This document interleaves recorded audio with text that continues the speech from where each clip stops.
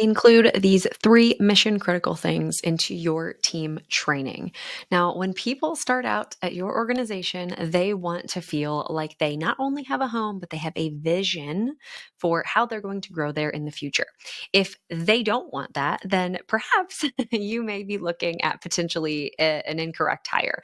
But including these three really important things inside of your training is going to be absolutely critical for the success of on ramping and developing and having a thriving team that can take lots of things off of your plate and be able to grow the business alongside of you.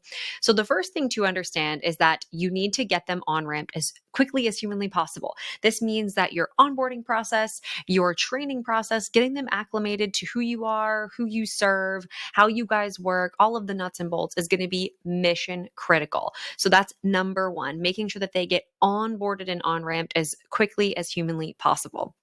Now, this includes onboarding itself, so acclimating them into the day to day and the day in the life of the organization. And it also includes those specific trainings that are going to support them in actually pulling the levers, pushing the buttons, and actually managing inside of their role. So that's two types of training kind of in that first path or the first very thing. Second is to make sure that they have a solid reference point to be able to come back to after that kind of on ramping has concluded.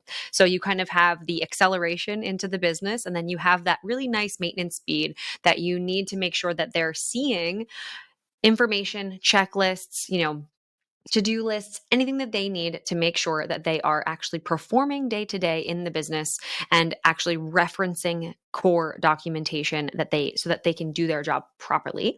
And the third is making sure that they have a path for growth, that they can see the kind of trajectory or, the promotion plan or the up leveling that they can do inside of the organization. This might come by professional development. This might come by taking additional internal trainings in the business and moving, from doer to manager to director.